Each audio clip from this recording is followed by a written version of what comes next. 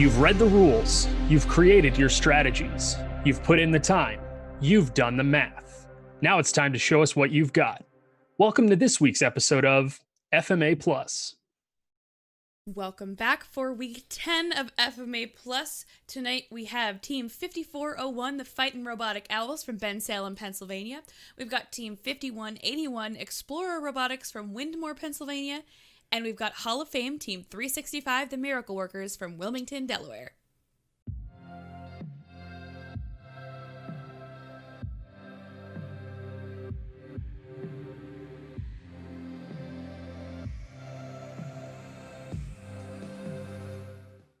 All right, so I'm here with Team 5401, the Fightin' Robotic Owls from Bensalem, Pennsylvania. I have student representatives Damian, Ethan, and Max, and they're accompanied by their mentor, Kevin. So with that, Ethan, I'm going to hand it off to you. I want to learn a little bit more about the Fightin' Robotic Owls. Hi, I'm Ethan. I'm the captain of Team 5401, Fightin' Robotic Owls. And we have been a team for the past 6 years. This is going to be our sixth. And we have really prided ourselves on becoming a fast-growing team that has really tried to make an impact on our community early on. Some of you guys may know that we went to Einstein last year, and we wanted to maintain that momentum through this year.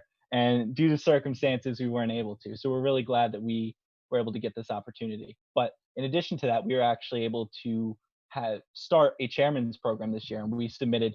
Unfortunately, we didn't win, but it taught us a lot, and it really set the foundation for years to come. I really like that you guys put emphasis on a strong season and sustainability to keep that performance up. I think that's really impressive when any team kind of has a successful year and then thinks about, like, how can I make this happen again and again and again? So let's dive into kickoff, the start of this season, where you obviously wanted to repeat that performance. What was your kickoff like? In past years, we've had our head mentor kind of guide us through kickoff, since he was on teams before and he knew what the process was like. This year, he passed it on to be student-led, and I was able to try and lead us through the process of figuring out what needs to be accomplished and how we can accomplish it. And we split that up into a 2-day system of, on Saturday, we figure out what needs to be done in the game to get the maximum amount of points. And on Sundays, we figure out how can we do that and come up with a design. And we do this so that we aren't focused on what we think is going to be the best. We like to lay out a strategy and really come up with a concrete plan moving forward. That way we can have a consistent design throughout the whole build season. This year, some of our things that we were working with were, do we want to try out Swerve, or do we want to go with our traditional tank drive? We went with the traditional tank drive because that was just easier to us, and we felt like if we were going for Swerve, it would have been a weird allocation of our resources this year. Other thing was whether we wanted to be a tall or a low bot. I'm sure you've seen around the league that there are some bots that are not able to go underneath the trench, but we wanted to be able to go underneath the trench so it didn't block off any space for our field. And it's just stuff like that we want to figure out on day one so that the rest of our weeks we can have a consistent design. Yeah, that's awesome. I think, the kickoff decision-making process, while it's, surrounded with all of this excitement and energy, ends up being super important because it has the potential to frame the directions that you're going to go in throughout your build season. So make sure you're making the right decisions and make them as early as possible, ideally. So Max, let's talk a little bit about your prototyping process. Hi, yeah. So I'm Max. I'm chief engineer, and I oversee the prototyping and know in depth of this. What we like to focus on is definitely in the prototyping process is to getting measurements down on paper. Our mentor, Kevin, and even Adam Savage likes to say the difference between screwing around and science is what you write down. So that is our primary goal, so we can transfer that knowledge gained and the measurement to the CAD team. Another thing that we pride ourselves this year was finishing a practice field within a week. That gave us a goal and a sense of what we have to aim for and get us a really good visual on how to go about with our mechanisms. And with that, we had to figure it out. So we had a primary aspect of this game was shooting, of course. So we had to determine what type of shooter is best. We decided to go with a backspin because it is more stable and a lot more control. And then moving on from that with the shooter, we were trying different wheel and motor combinations. So we were prototyping with Coulson, Fairlane, Cat, and even a caster wheel to try to keep the momentum up while getting the speed necessary. Another thing that we also wanted to get to tackle this year is to inventory all of our supplies to see what we have at our disposal. And moving on to acquiring the game piece, we tried different vectored intakes, utilizing a multitude of mechanical wheels, sticky rollers, compliant wheels, or a combination of all three. So that was basically our general prototyping and trying to acquire the game piece to hold on to it, and then how to expel that game piece into the field of play. I love it. So after all of the trial and error and iteration, Ethan, what did you guys end up with for your final robot? Well, this year we came up with a Lobot, like I was saying, that was capable of holding 5 balls. We around the lab we like to call them lemons because of how they are yellow and small. But we were able to carry 5 in our magazine that was turning on the inside. We had a infeed that could pneumatically go inside the robot as well as outside, because we've learned from years past that infeeds are not the most durable. You bump them into things, they break easily. So we wanted to be able to, like a turtle, pull back into our shell. And we also had a rotating shooter on top. And our robot was pretty fast from what we were able to test at the lab. So, and our robot's name was Roger. And this is a call to the serial numbers that are on the battle droids in the Clone Wars episodes of Star Wars. So we wanted to go with a thematic name like that. Nice. Yeah, deep Star Wars reference. Super big fan of that. That's awesome. You guys didn't go for something simple like Chewbacca or Han Solo. You guys went real close to the ground on that one. That's awesome. Ethan and Max, can we talk a little bit about your CAD system and your approach in terms of computer aided design? Yeah, sure.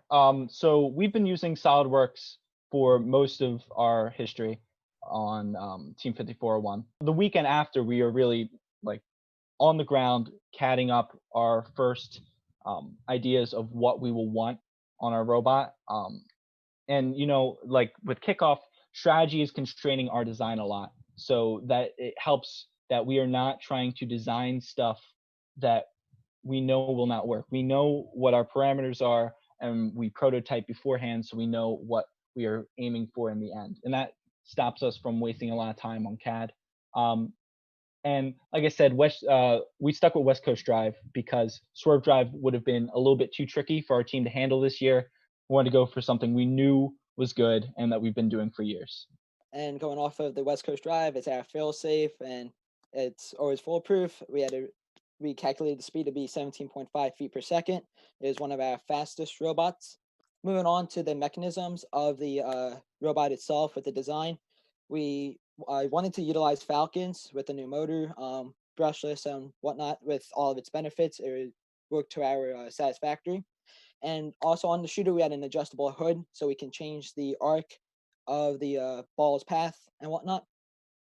Moving on to the front of the robot with the infeed, it would slide in and out for starting configuration, so that we can fit it for the in starting parameters, and as well as have some bounce back from collisions such as in other robots and walls as they were on actuators. And how we held on to the game piece or the lemons or the parasols, we had to develop a magazine, and we went, and again, since that we were low, we had to be able to fit 5 balls in a robot, which is not that easy if it's that low. So we fit it into a round, what I call a drum mag, and the main drive for that magazine took 1700 technology into a 21st robot, or 21st century robot. What actually drove the magazine to spin the balls to get it into a feeding position into the shooter was called a Geneva drive. What it did was it took out the brownouts and electrical programming features, and it ensured a mechanical solution. We also, again, had a turret on the robot for easier aiming and control. And we also utilized a lot of COTS parts to cut down on the production time on our fabrication team. Yeah, for sure. I think COTS can be so helpful. And I really love that you guys took a look at the different drive options that you had, and they were like, nope, let's go with what's really solid for us so we can spend our resources and spend our time on these really complex, awesome systems like your Geneva drive. So Max, let's talk a little bit about your fabrication process. What does that look like for you guys? So I come from a fabrication background, and this is where I like to pride ourselves on. All of our fabrication pieces are done in-house. We do not outsource anyone, so we are very proud to make that claim. This year, we also gained a CNC router, which allowed us to make parts a lot more efficient, quick, and even somewhat more complicated. Going back to the Geneva drive, where without it, it would almost been impossible. The CNC router also allowed us to make field elements, again, letting us build the entire field within a week. And plates and other technical precise pieces could be made more lightweight and reduced while finding the best structural integrity. We also use a manual mill for box tubing work, such as that is used on our drive frame and substructure of the robot. And we also turn down axles and other things on a manual lathe. Another thing that we also utilized this year that we are very proud of is 3D printing. Again, it reduced the amount of weight and allowed for more complexity of parts. We acquired a continuous carbon fiber 3D printer, which allowed us to, which we utilized a lot this season and are very thankful for that. That's awesome. Yeah, I'm super jealous you guys got a carbon 3D printer. I'd love to learn more about that at some point. Max, can you talk a little bit about the assembly process? Sure thing. The assembly is very short, almost linear. We utilize a lot of Vex parts and again COTS parts. And this year we had an electrical team that we are also very proud of because they made our wiring a lot easier, manageable, and that we can keep on account of recording the data that they give us, and so that we avoid any more electrical problems in the future because that is one of our biggest faults that we had last year.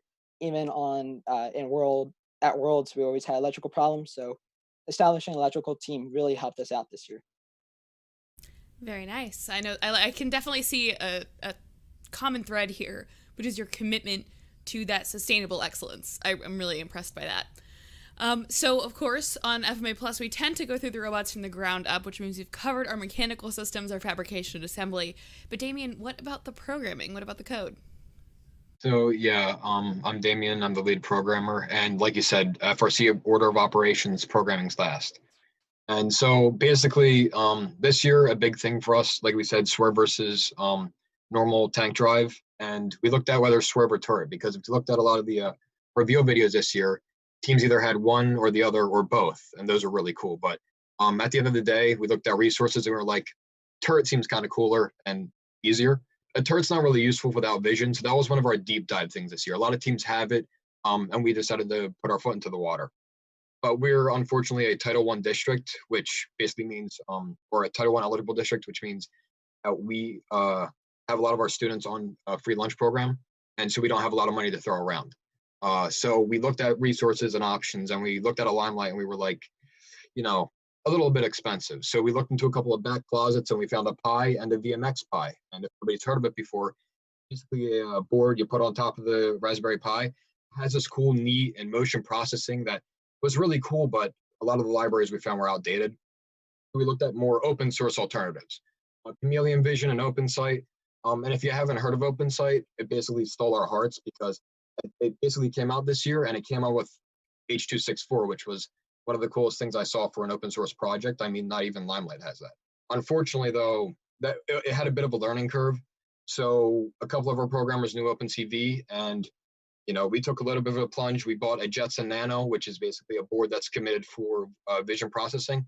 Started doing native processing, and with that turret, we could do cool algorithms where we used the camera to detect distance from the port to the turret, and then we could develop an algorithm to where we could adjust angle and velocity to spin the ball directly in. It was really cool stuff to develop on. And I mean, unfortunately, we had a bit of a mechanical problem here and there with the turret. We had a lot of things switching out because our thing spanned so fast that the RPM of the motor would actually sometimes rip some of the wheels we had in half, the fairlings. At the end of the day, we only really got to test autonomous on a skateboard, but I'm really proud because we got really far with it. And next year, especially since we're repeating out infinite recharge, we can take all those algorithms and perfect them. We're just sinking them threes constantly. Wow, that's awesome. Yeah, super interesting approach to programming and vision processing. I really like the fact that you guys you weighed all of the benefits, the pros and cons of each one of your options, and you didn't just shoot from the hip and take the first viable solution that was presented to you. So I appreciate the attention to detail there. With that, I have one last question for you guys. If we wanted to learn more about 5401 online or anywhere else, where could we learn more? Follow us on Instagram, Twitter, Facebook, or our YouTube channel. Or if you want to find out more, you can go to team5401.org. We'd really like to say thank you, FMA Plus, and all of our community sponsors for giving us this opportunity to be a team and, be able to show you guys what we're able to do and, spread first throughout our community. Welcome back. We're here with Team 5181 Explorer Robotics out of Windmore, Pennsylvania. I'm here with Colin, Jack, Sam, and Andrew, as well as mentor Ryan. Colin, why don't you introduce me to Team 5181? Absolutely. So we're on our 7th year of competition in FRC, and we're really excited to see our recent robot Herbie out on the competition floor next year for Game Changers. Awesome. Yeah, right out of the gate. It's super enthusiastic about 2021. That's the right attitude for sure. Jack, why don't you give us a quick overview, maybe a condensed version of your organization as a whole? Our organization as a whole, we describe it through 3 C's: clubs, camps, and curriculum. Our robotics team is a club. We try to include everyone into our organization and provide leadership roles and experience through our team. Each year, we hold summer camps for up to 24 middle school age children. We launch rockets, build and wire amphibious vehicles, and learn how to program and drive a robot through a 3D maze. Finally, it's our curriculum. At our school, there's an interest in robotics beyond just our team. We created a Principles of Engineering course for our seniors, an introductory robotics course for the 10th to 12th graders.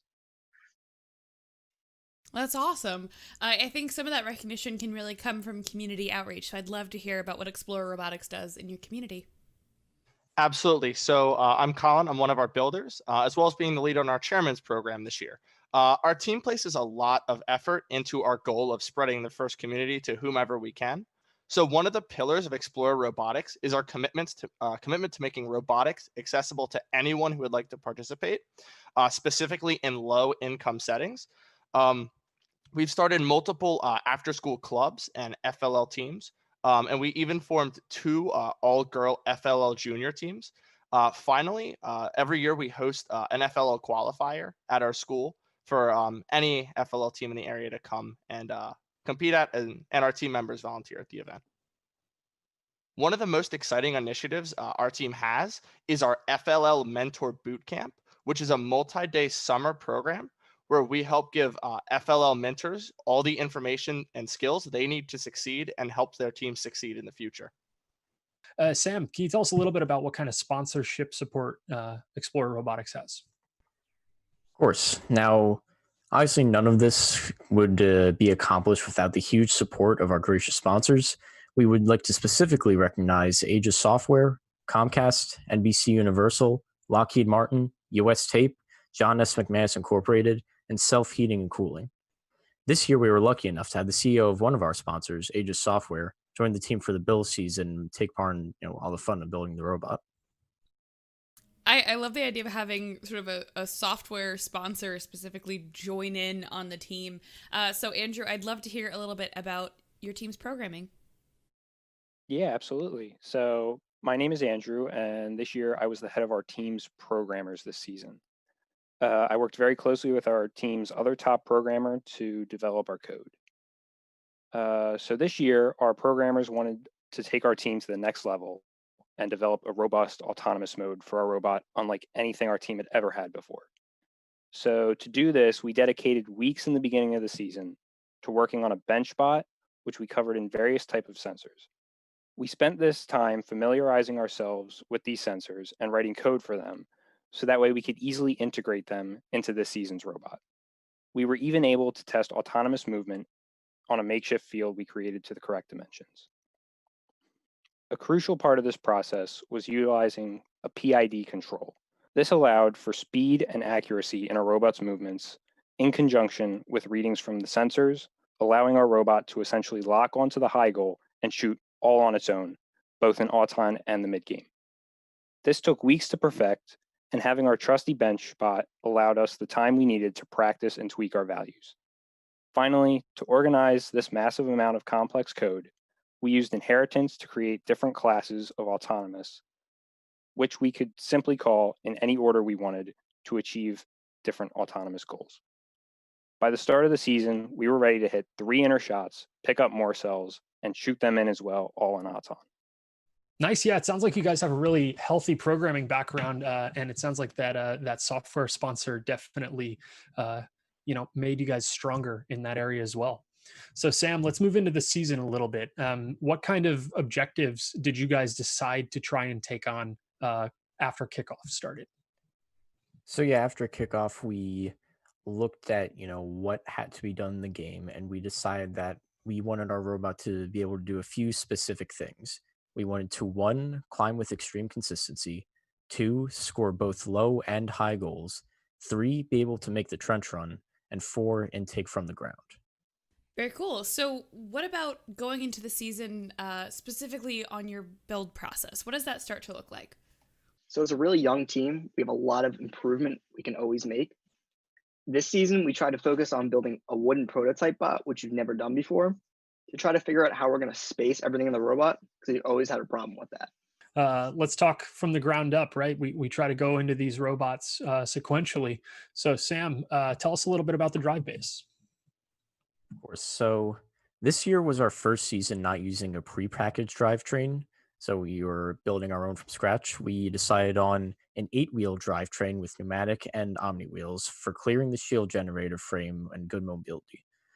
Now, originally, our drive used all pneumatic wheels with the 4 in the middle dropped so that the corners wouldn't impede turning. They'd be raised up a bit.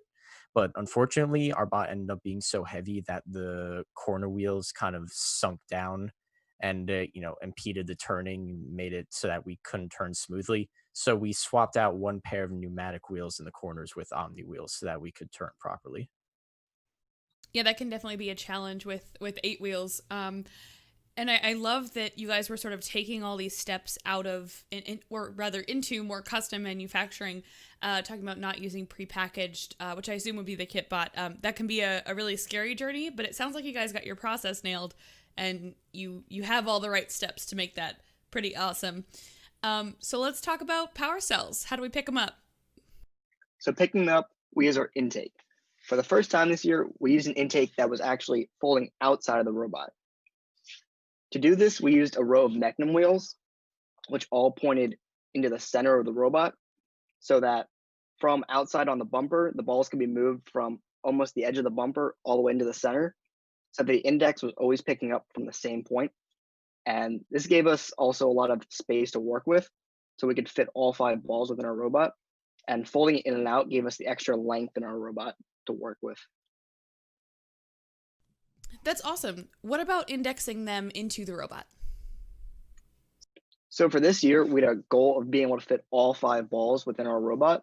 So this came down to exact measurements with our index. Using that wood prototype we used, we were able to play around with the belt spacings and the wheel spacing to be able to fit all 5 balls within our robot.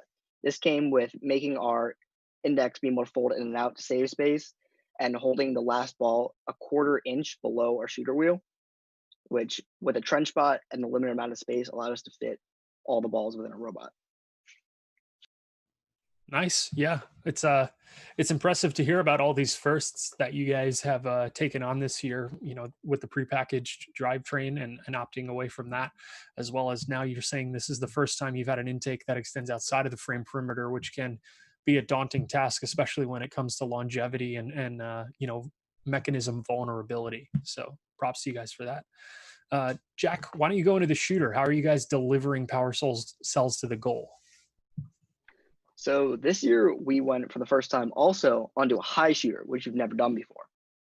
We decided on a 1-wheel shooter this year because we found that between a 1-wheel and a 2-wheel shooter, the fuel cell spent a lot more time in contact with the wheel as it was spinning, getting a lot more momentum, and it got us to be able to shoot all the way back from the trench, which was really useful. And that was one of our goals this year. Awesome. So Sam, it says here that you guys had you have the ability to take on the low goal as well. Can you speak a little bit about that? Yeah, so this actually came kind of by accident as we were working on our climb mechanism. The way it was set up, if we raised our climb mechanism to half mast, there was a gap such that if we spun the shooter wheel to a lower speed, the ball would be able to roll up and then roll down a plastic panel that was there for a completely different reason and was able to roll right into the low goal. Love when you're working on a design and you just like accidentally stumble into another cool thing you can do on the field. That's always a nice feeling, and just like a fun extra back pocket thing you can do. So moving on through our infinite recharge match play, what about the end game? So for the end game, we tackled a climb, and our climb mechanism is certainly probably my favorite part of the robot this year. During our final testing, our robot was able to achieve a consistent climb from any position. But I think my favorite part is that the entire climb system ran off of only a single Falcon motor, and it had one piston in order to engage the ratchet. The careful ballet of balancing tension and elastic cabling was a bit of a nightmare to work on in shop, but the final product really is a thing of beauty. And I think one of my favorite learning moments from this season came from working on the project. Early in our prototyping, we had a system to automatically raise the climb that included an arm held by a spring. And if you don't mind me going nerd mode for a little bit, I very quickly realized that this torque arm could have its torque modeled by 3 different variables, those being spring constant, spring stretch, and torque arm length. I realized that the spring constant was indeed a constant, so my only changing variables were spring stretch and the arm length on the torque arm. And so I then used calculus, specifically product rule, to determine where exactly to attach the spring on our arm to get the best force output. After about 20 minutes of number crunching, it worked like a charm. It really was cool to take something I learned in the classroom and apply it to not only a practical setting, but something very akin to professional engineering that I hope to do in the future. We're all about Nice. nerd mode here. Yeah, that's cool, Colin. I can appreciate that you guys were able to come up with an effective climb mechanism that only used one motor.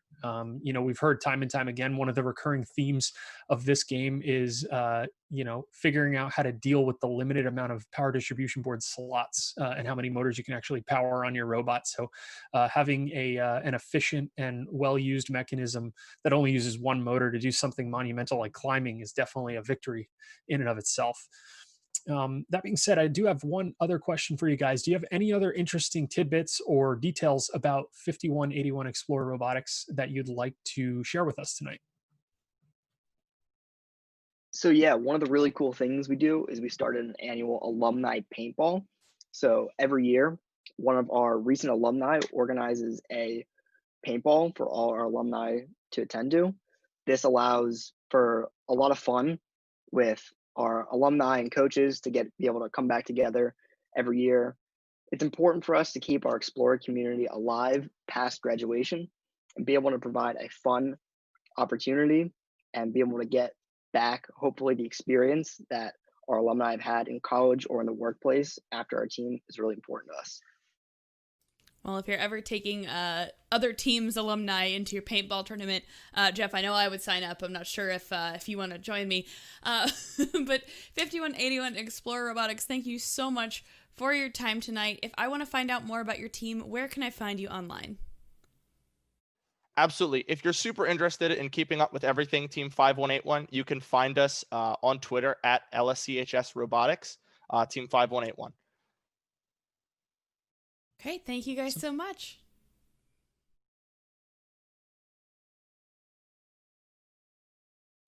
Welcome back. We're here with Team 365, the Miracle Workers, another one of our Hall of Fame teams here in First Mid-Atlantic. I've got David, Catherine, Cole, Neil, Varun, as well as mentors John and Action Joe. So, David, kick us off. Tell us who Mo 365 is. Thank you. Hello, everybody. We are the Miracle Workers, Team 365, but we're better known as MO, which is an acronym for Miracles of Engineering.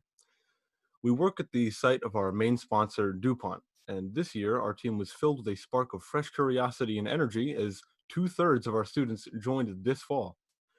We are a multi-school team and had students from 13 different schools. Based in Wilmington, Delaware, our team is 21 years young and was inducted into the Hall of Fame in 2007. But we couldn't have gotten to where we are all on our own. We're grateful to have such wonderful sponsors that have given us the opportunity to create and compete with our robots. Now, some of our outreach includes our Duel on the Delaware event, which is off-season, and we've been holding for 19 years in conjunction with our co-host team 316.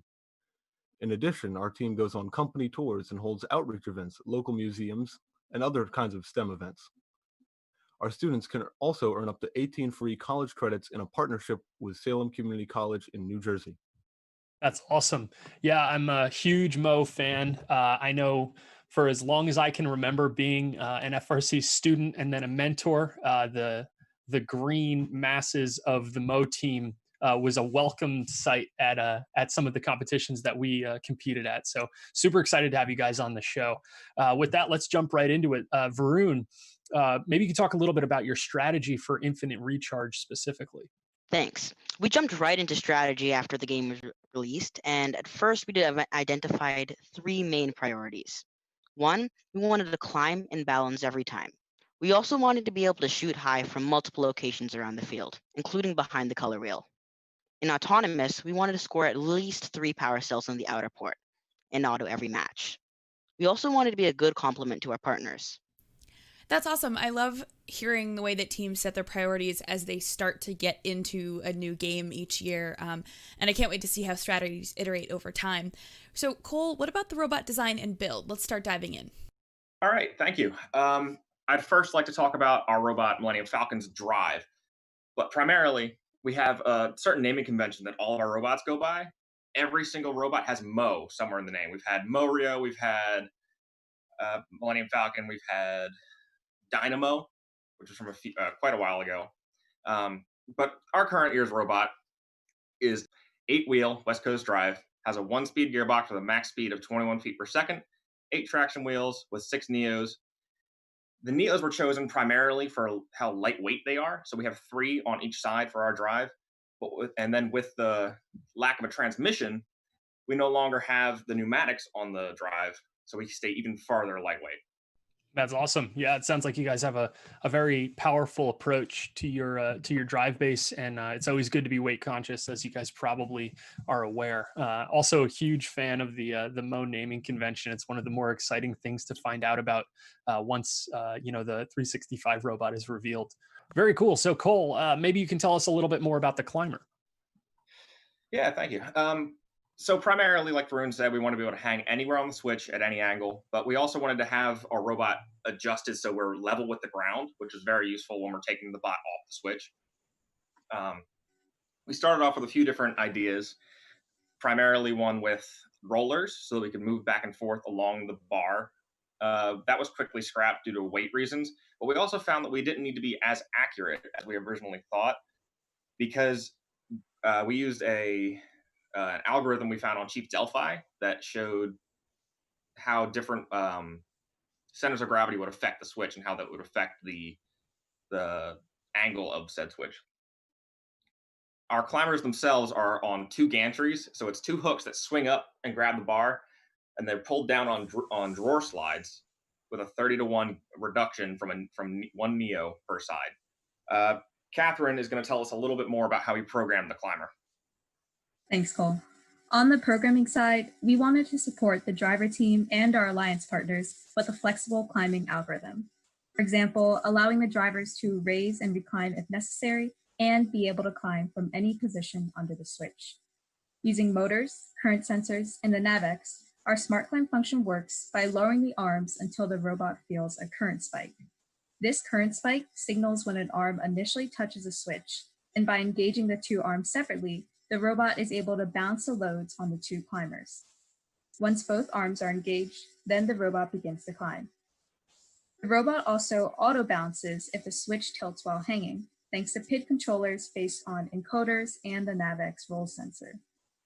Overall, we were pretty successful in being able to consistently climb at Hatboro, and we were able to pull off a few balanced triple hangs, earning us extra ranking points. Awesome. Cole, maybe you can move into the shooter section now. I'd love to learn more about that. Of course. Our shooter began as 2 horizontal rollers C-clamped to 2x4s. As funny as that might look, it was the basis for our entire structure for the rest of the year, because we used that initial structure to design 2 plates that we could bolt these motors into, and then we could tune our rollers using Neo motors, because these Neo motors have internal encoders. We were able to give it top spin, backspin. We can control the power, which was our big concern, is if we were shooting too hard originally, which was less accurate and less efficient than when we were giving it more controlled and direct shots. Our shooter also had the ability to raise and lower. So the big deal with that was we wanted to be able to go underneath the trench, which we did. It worked well. Eventually, though, we came around to the idea that we needed to lower our shooter a little bit and take more direct shots as the balls were beginning to wear, which became a larger problem towards the end of the competition. So we took these more direct shots, and they turned out to be more accurate at the end of the competition than when we were trying to lob them in more of an arc. Catherine's going to tell us a little bit more about how we programmed our shooter. Thanks, Cole. In order to shoot consistently, we incorporated a ready-to-shoot method where we monitor the RPMs of the shooter wheels and only shoot when the wheels are up to the desired speed. In addition, we have 4 different shooting presets, which operators can set depending on the position of the robot. These presets change the angles and RPMs depending on firing positions. Next, Neil will discuss our auto-align algorithm. As far as auto-aligning goes, we calculated the distance between the center of our limelight and the center of the target, then using a pit algorithm to determine that distance and pivot the robot accurately towards the target, and we did this consistently in under a second. That's awesome. I really want to hear the story of your guys' programming development. I'm always super interested in what teams do for their process as far as how all the different teams work together. So Neil, why don't you tell us a little bit about how you guys worked together this year for Auton? Yeah, so the programming team worked closely with the driver team and strategy to develop versatile autonomous functions and produce the most consistent robot possible. As we do historically, at the beginning of the season, we developed a framework called Generic Robot, which would allow us to work on and complete autonomous functions before we even knew what the competition robot would look like. Soon after, the mechanical team had constructed a practice robot, and the work on autonomous began. By changing only 1 line of code, we could use and test these functions on the competition robot, Millennium Falcon, whenever it would be ready. Versatility was one of our main goals when developing autonomous functions, as we wanted to be the best alliance partners possible. We created 5 different functions, all of which shot at least 3 power cells using auto-align, and some of which shot 3, then proceeded to pick up another 3, shooting them as well. Our different starting positions allowed alliance partners to start their robot wherever they felt it would be most consistent. Every turn in autonomous on Millennium Falcon was tuned with pit arcs, even allowing the robot to drive over the metal rendezvous boundary without being thrown off. Mo implemented many interesting algorithms on Millennium Falcon, but one of them I'd like to touch on is the collection system. The 3 photo gates along the side of the elevator allowed us to track the position of the power cell in our robot, and by doing so, we could collect it and have it ready to shoot with the press of a button. We designed the system in close coordination with the competition team, since our priority was making it easy for the function operator to collect cells. The photo gates also gave us information about when a cell entered the robot and exited through the shooter. The collection and movement of the power cells up the elevator was closely timed to prevent them from colliding and rubbing up against each other, making less room for error. Very cool. It's awesome to hear about how you guys approach, the more challenging aspects of programming and autonomous development. It's very cool to also hear about the outside the box thinking and some of the creativity that comes out as part of that process. Cole, maybe you can tell us a little bit more about Millennium Falcon's ball collector. Right. So our ball collector was a 2-piece design that rested on the escalator of the shooter. And as soon as the match began, it would fall into action. Our collector was designed to bounce over the power cells so we could get them out of any sticky situation that they might have been in. This allowed our drive team to pull them in and get them through the system more effectively than if we had a static system that was trying to squeeze them through. I love that with the game piece that loves to stick to each other, that you described it as a sticky situation. That is so accurate. Now, another mechanism teams are talking about or ignoring completely this year is that control panel. So how do you guys spin the color wheel? Right. So our control panel was mounted to our shooter using hinges and springs. So if we were to run into the color wheel a little bit too hot, it would spring back and wouldn't damage anything too important. We used 2 rollers to get a little bit more friction with the wheel so we could turn it more accurately. But the main problem with it was our original placement of our sensor was on the top. So when we went to go lower ourselves underneath the trench, it would interfere. So we changed that location, and it worked when we tested it out, but we didn't get a shot to try it in real matches. Yeah, here's hoping, right? Varun, can we hear a little bit about the strategy plans and how you guys produced them for the Hatboro Horsham competition specifically? So we researched information about teams before Hatboro, and then once it came, we actually had a smaller team this year than we usually have for a season. So we decided to partner up with Team 5113, the Combustible Lemons, to scout together. And we used the RoBlue app on Fire tablets to gather our data. And with our partners, we were able to get solid data that we could use in alliance selection. And it turns out we needed it, as we're fortunate enough to place #1 seed at Hatboro. Well, thank you guys for sharing so much about Millennium Falcon and your season. What other stories would Mo like to tell they want the world to know on FMA Plus tonight? Yeah, so considering this season of Infinite Recharge was cut short and for many never began, we're truly honored to have been able to compete this year.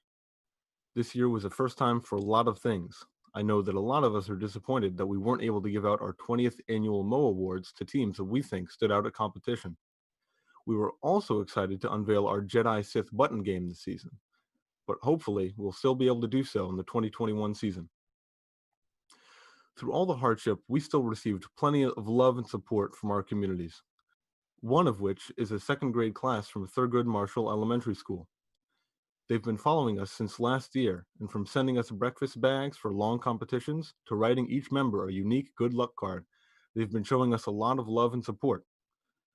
We wouldn't be the same strong team we are today if it wasn't for the people around us who believed in our students and our mission, and for that, we are very grateful. Now, for connecting with Mo, we're active on a variety of social media platforms, and we want to give a big thank you to Woody Flowers and FMA Plus for this opportunity. This is the first season without Woody Flowers sharing his wisdom live. We know that he is still with us on the sidelines and strive to all continue to be gracious professionals. Thank you, Woody. We truly miss you. On behalf of the Mo 365 team, we want to thank everyone at FMA Plus for all that you do. To all first teams out there, stay safe and see you on the field, hopefully sometime soon. Thank you so much, Team 365, the Miracle Workers. All right, well, that's going to do it for week 10 of FMA Plus, but don't sign off too quickly. We do have a live Q&A coming up just after this with Team 365, the Miracle Workers.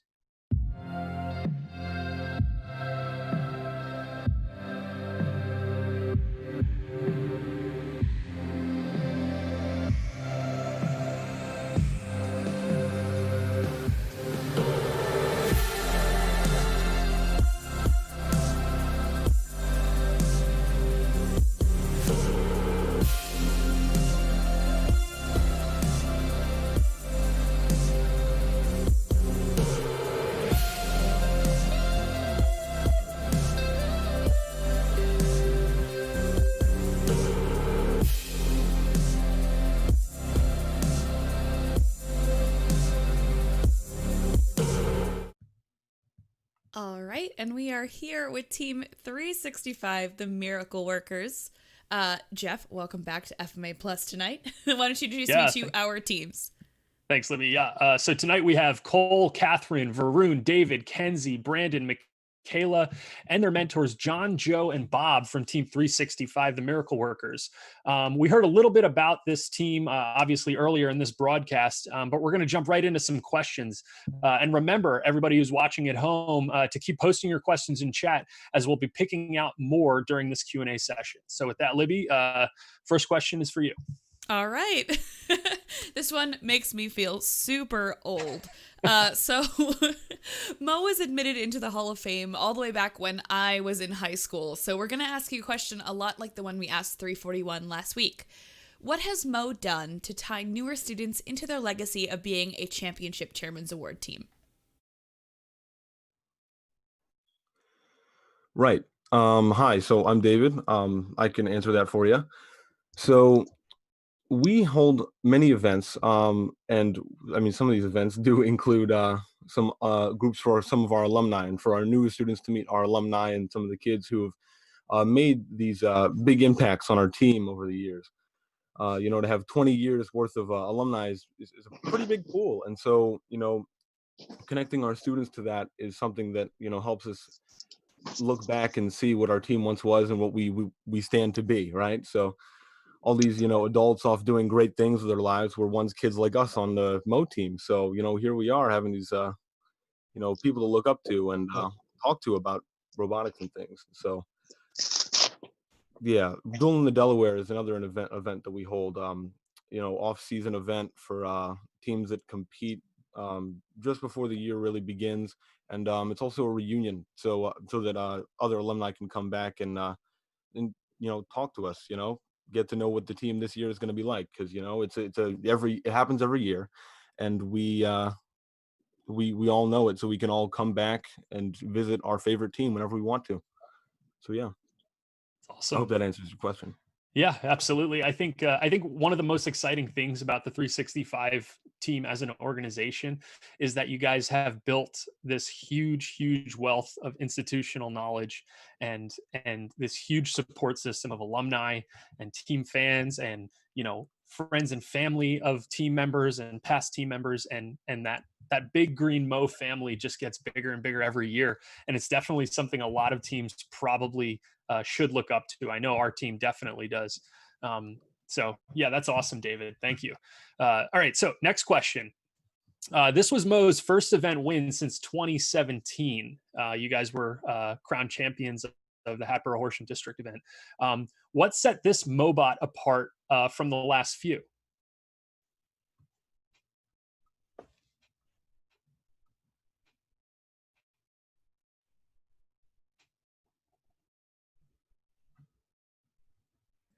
I can speak on that a little bit. There we go. I thought you were muted. Sorry. We're good. Now you're fine.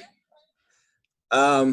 We knew where we wanted to go from the start, and we kind of just kept trucking through any issues we really had. That's basically what our drive was, to find what we wanted to do and then execute that as well as we possibly could. And I think we did that pretty well this year, in terms of we were able to hit all of our general achievements. So we were robust. We really didn't break down at all during the competition, which was great. There was one instance where a lead screw had backed out of a motor that we were using for our angle adjustment, but that was fairly easy to fix. And then we had the goal that we wanted to we wanted to be accurate enough in order to shoot all of our power cells into the outer port and hopefully hit the inner port with some of them, which we did more times than not, which was a great thing to see. I love it. So specifically on this robot, which you clearly spent so much time iterating on and making sure was really robust for competition, we got a question out of chat, which was, how does your pit crew feel about those corner bumpers? So we used corner bumpers last year, and I don't know if we used them the year before. I wasn't on the team that time, but I also know this person was on our team last year. She was on our competition team, and she hated them. This year they were essentially they were designed by engineers, so they were done a lot better this year than they were years prior. They were easier because they were all in different sections. They all lined up to where they were supposed to be. Last year we had to redesign them, and they were kind of floppy, but this year they were rock solid, and that was the best part about them. Well, let me ask you just a short follow-up question to that corner bumper question is, do you guys, can you mix and match the corners? Like, are they specific to maybe a side or a corner of the robot? So some fit all around, some of them don't. There's a couple where the holes that got drilled into the frame didn't quite line up with all of them. There's like one corner that doesn't go to the rest of them. But for the most part, they like even our red and blue bumpers, we had different ones for each team. Like they weren't swappable on the robot themselves, but we had different ones. Those ones could do the same thing. Like we could have 2 red bumpers, 2 blue bumpers. They all fit roughly the same place, or roughly the same way.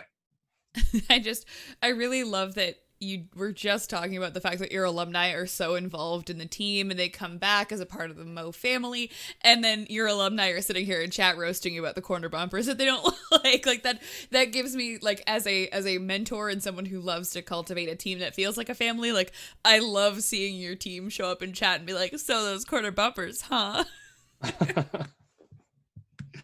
Yeah, it's good to see you guys have a healthy, like, older brother, older sister kind of dynamic with the Mo family that's moved on out of the team.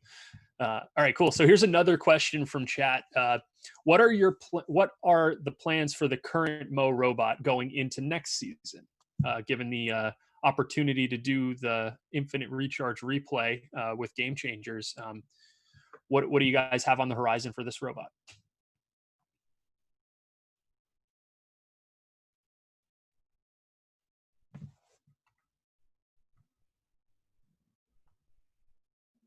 So I think our main idea is to upgrade what we have. We did really well this year with what we had, but we had a few things. We had a list in our lab that we had a bunch of things we wanted to upgrade and fix.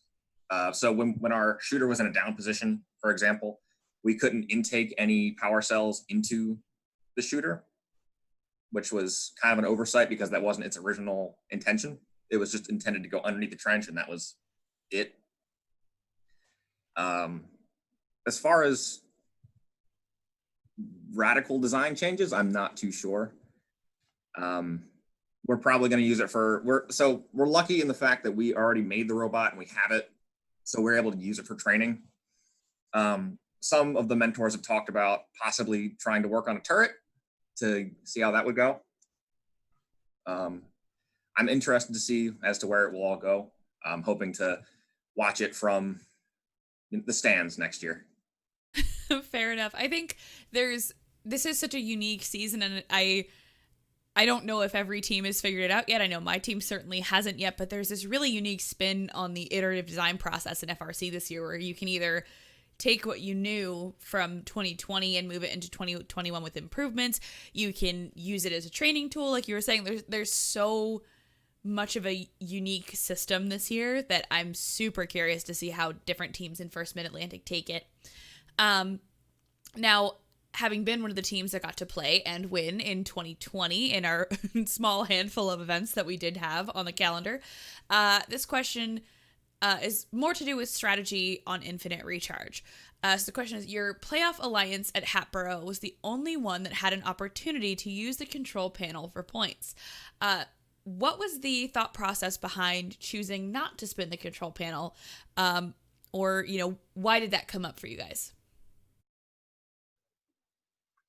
Well, one of the reasons when we were looking at this earlier on in the season, we decided we still wanted to build a control panel mechanism, but we determined it wouldn't be as necessary to use in game as in some cases. For example, if it's coming down to it's an end game, and we would rather shoot, let's say, a couple of extra balls, like 5 extra, if you can shoot it, compared to going over to the control panel and just spinning it.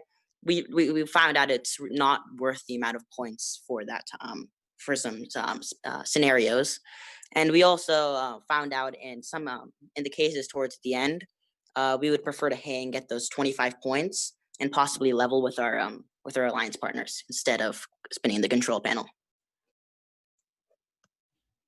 Nice, yeah.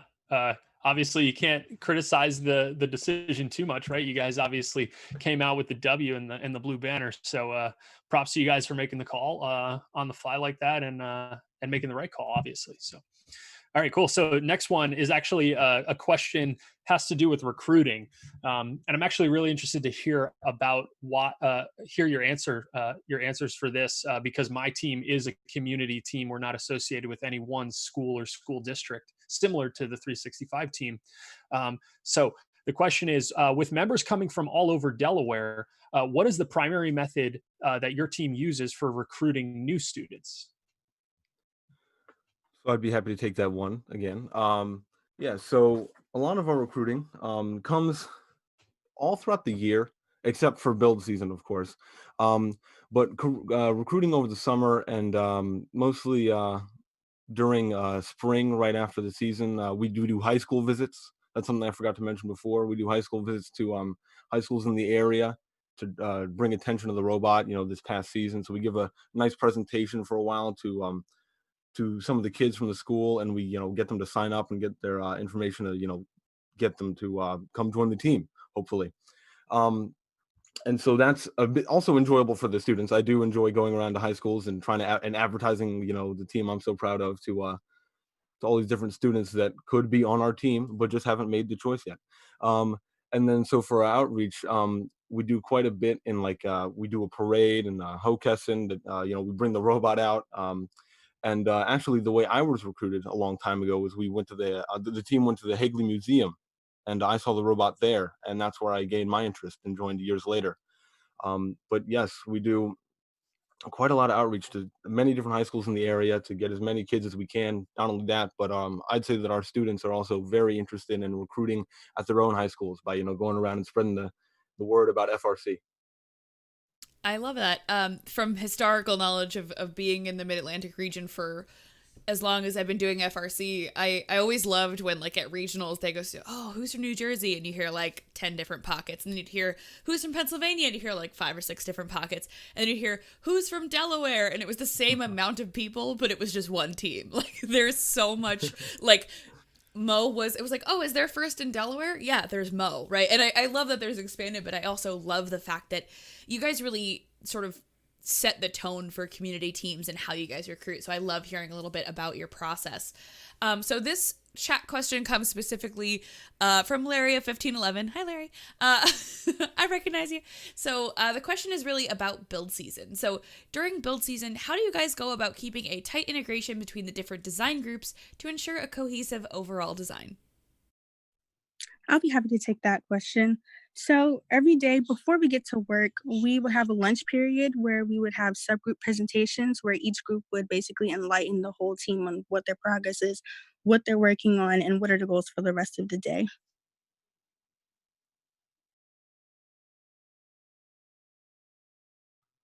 Nice. Yeah. It sounds like you guys were able to maintain organization even outside of meeting hours, which is smart, right? Because one of the things that I always hear a lot in team meetings is show up ready to work, show up prepared to work, and as excited and as enthusiastic as team members may be, if they're not organized and they don't have a directive and maybe some marching orders for that meeting, a meeting that has the potential to be highly productive could very quickly, turn south and become, more of just a planning session instead of an actual, productive session that actually has, tangible results. So very smart on your end to do that, Michaela.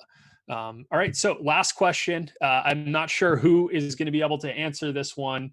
But the question is there a story behind the origins of the famous Go Mo chant?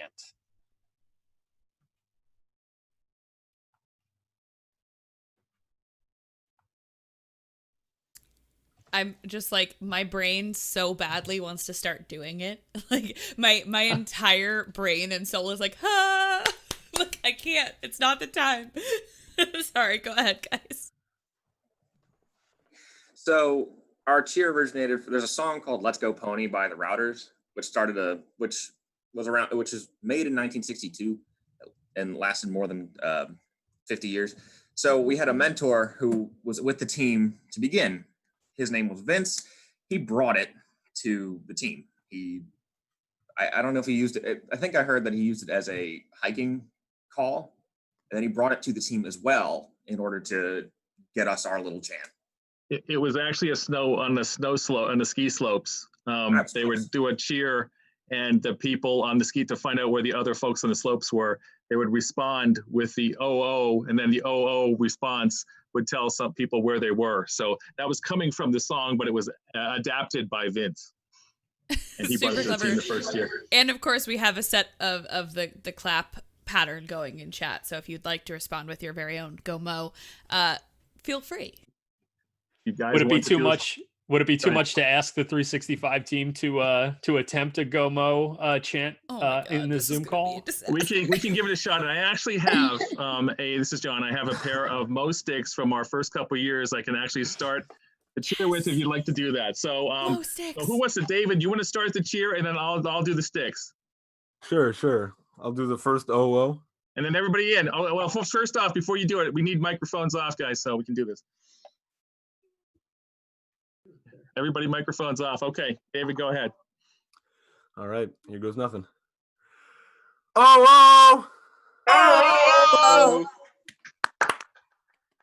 Go Mo! Go Mo!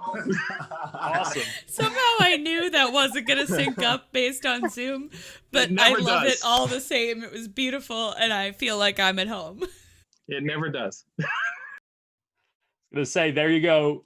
We may not have had an entire competition season in 2020, but we all got to experience the wholesome nostalgia that is associated with competition in hearing the Go Mo chant at least once, albeit a little out of sync. But like Libby said, I highly appreciate it, and it definitely makes me feel good. So thank you guys for that. That's awesome. All right, and I guess, like I said before, that was our final question for Team 365. So that's going to be it for tonight. Thank you to Team 365 for your time tonight. We really appreciate you guys all tuning in and calling in for the call. And we look forward to hearing more from 365 in the future. Absolutely. And of course, a huge thank you to our entire FMA Plus crew for making this happen. We absolutely could not do it without the whole group that's screening, interviewing, and editing down our team features, as well as moderating chat, coordinating social media, and keeping you guys informed.